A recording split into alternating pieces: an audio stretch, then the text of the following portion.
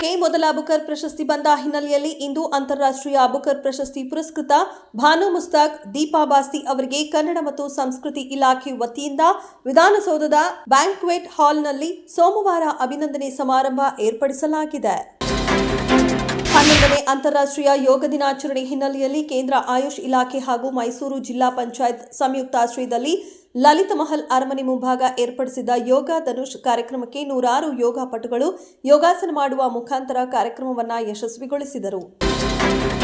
ಜನಸಾಮಾನ್ಯರಿಗೂ ನಾಡಿನ ಶಕ್ತಿಸೌಧ ವೀಕ್ಷಣೆ ಅವಕಾಶ ಸಿಗಲೆಂದು ರಾಜ್ಯ ಸರ್ಕಾರ ಜಾರಿಗೊಳಿಸಿರುವ ವಿಧಾನಸೌಧ ಮಾರ್ಗದರ್ಶಿ ಪ್ರವಾಸಕ್ಕೆ ಭಾನುವಾರ ಅಧಿಕೃತವಾಗಿ ಚಾಲನೆ ಸಿಕ್ಕಿದೆ. ಆದರೆ ಮೊದಲ ದಿನ ಕೇವಲ 102 ಮಂದಿ ಮಾತ್ರ ವಿಧಾನಸೌಧ ವೀಕ್ಷಣೆ ಮಾಡಿದ್ದು ನೀರಸ ಪ್ರತಿಕ್ರಿಯೆ ವ್ಯಕ್ತವಾಗಿದೆ.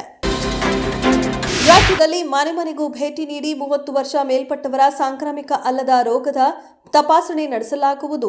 ಔಷಧ ವಿತರಣೆ, ಅಗತ್ಯ ಚಿಕಿತ್ಸೆಗೆ ಸಹಕರಿಸುವ ಗೃಹ ಆರೋಗ್ಯ ಯೋಜನೆಯನ್ನ ಇಂದಿನಿಂದ ರಾಜ್ಯಾದ್ಯಂತ ವಿಸ್ತರಿಸಲಾಗುವುದು. ರಕ್ತದೊತ್ತಡ, ಮಧುಮೇಹ, ಬಾಯಿ ಕ್ಯಾನ್ಸರ್, ಸ್ತನ ಕ್ಯಾನ್ಸರ್ನಂತಹ 14 ರೋಗಗಳ ತಪಾಸಣೆ ನಡೆಸಲಾಗುವುದು. ರಾಜ್ಯದಲ್ಲಿ ಕೊರೋನಾ ಸೋಂಕಿನ ಪ್ರಕರಣಗಳ ಹೆಚ್ಚಳದ ನಡುವೆ ಶಾಲೆಗಳು ಆರಂಭಗೊಂಡಿದ್ದಾವೆ. ಈ ಸಂದರ್ಭದಲ್ಲಿ ಜ್ವರ, ಕೆಮ್ಮು, ನೆಗಡಿ ಇರುವಂತಹ ಮಕ್ಕಳನ್ನು ಶಾಲೆಗೆ ಕಳುಹಿಸಬೇಡಿ ಎಂಬುದಾಗಿ ಶಾಲಾ ಶಿಕ್ಷಣ ಇಲಾಖೆಯಿಂದ ಕೋವಿಡ್ ಮಾರ್ಗಸೂಚಿ ಪ್ರಕಟಿಸಲಾಗಿದೆ. ರಾಜ್ಯದಲ್ಲಿ ಪ್ರಸಕ್ತ ವರ್ಷ 37 ಲಕ್ಷ ರೈತರಿಗೆ 28,000 ಕೋಟಿ ರೂಪಾಯಿ ಕೃಷಿ ಸಾಲ ವಿತರಣೆಯ ಗುರಿ ನಿಗದಿಪಡಿಸಲಾಗಿದೆ. ಈ ಗುರಿ ಸಾಧನೆಗಾಗಿ ನಬಾರ್ಡ್ ಕೇಳುತ್ತಿರುವ ಹೆಚ್ಚುವರಿ ಬಡ್ಡಿ ಹಣವನ್ನು ರಾಜ್ಯ ಸರ್ಕಾರದಿಂದ ಭರಿಸುವಂತೆ ವಿಧಾನ ಪರಿಷತ್ ಸದಸ್ಯ ದಿನೇಶ್ ಗೂಳಿಗೌಡ ಮನವಿ ಮಾಡಿದ್ದಾರೆ. ಪಶ್ಚಿಮ ಬಂಗಾಳ ಮುಖ್ಯಮಂತ್ರಿ ಮಮತಾ ಬ್ಯಾನರ್ಜಿ ಅವರು ಮುಸ್ಲಿಂ ಮತ ಬ್ಯಾಂಕ್ ಅನ್ನು ಮೆಚ್ಚಿಸಲು ಆಪರೇಷನ್ ಸಿಂಧೂರ್ ಮತ್ತು ವಕ್ಫ್ ತಿದ್ದುಪಡಿ ಕಾಯ್ದೆಯನ್ನು ವಿರೋಧಿಸುತ್ತಿದ್ದಾರೆ. ಹೀಗೆ ಮಾಡುವ ಮೂಲಕ ಮಮತಾ ದೇಶದ ತಾಯಂದಿರು ಮತ್ತು ಸಹೋದರಿಯರನ್ನ ಅವಮಾನಿಸುತ್ತಿದ್ದಾರೆ ಎಂದು ಕೇಂದ್ರ ಗೃಹ ಸಚಿವ ಅಮಿತ್ ಶಾ ವಾಗ್ದಾಳಿ ನಡೆಸಿದ್ದಾರೆ. ಉಕ್ರೇನ್ ಸೇನಾ ನೆಲೆಗಳ ಮೇಲೆ ದಾಳಿ ಮಾಡಿದ್ದ ರಷ್ಯಾ ಮೇಲೆ ಉಕ್ರೇನ್ ತಿರುಗಿ ಬಿದ್ದಿದ್ದು, ಸೈಬೀರಿಯಾದಲ್ಲಿರುವ ರಷ್ಯಾ ಏರ್ ಬೇಸ್ಗಳ ಮೇಲೆ ಡ್ರೋನ್ ದಾಳಿ ಮಾಡಿ 40ಕ್ಕೂ ಯುದ್ಧ ವಿಮಾನಗಳನ್ನು ಹೊಡೆದುರುಳಿಸಿದೆ ಎಂದು ಹೇಳಲಾಗಿದೆ. ಕಳೆದ 3 ವರ್ಷಗಳಿಂದ ನಡೆಯುತ್ತಿರುವ ರಷ್ಯಾ ಮತ್ತು ಉಕ್ರೇನ್ ಯುದ್ಧ ಮತ್ತೆ ತಾರಕಕ್ಕೇರಿದ್ದು, ಯುದ್ಧದಲ್ಲಿ ಇದೇ ಮೊದಲ ಬಾರಿಗೆ ಅತಿ ದೊಡ್ಡ ಡ್ರೋನ್ ದಾಳಿ ನಡೆದಿದೆ.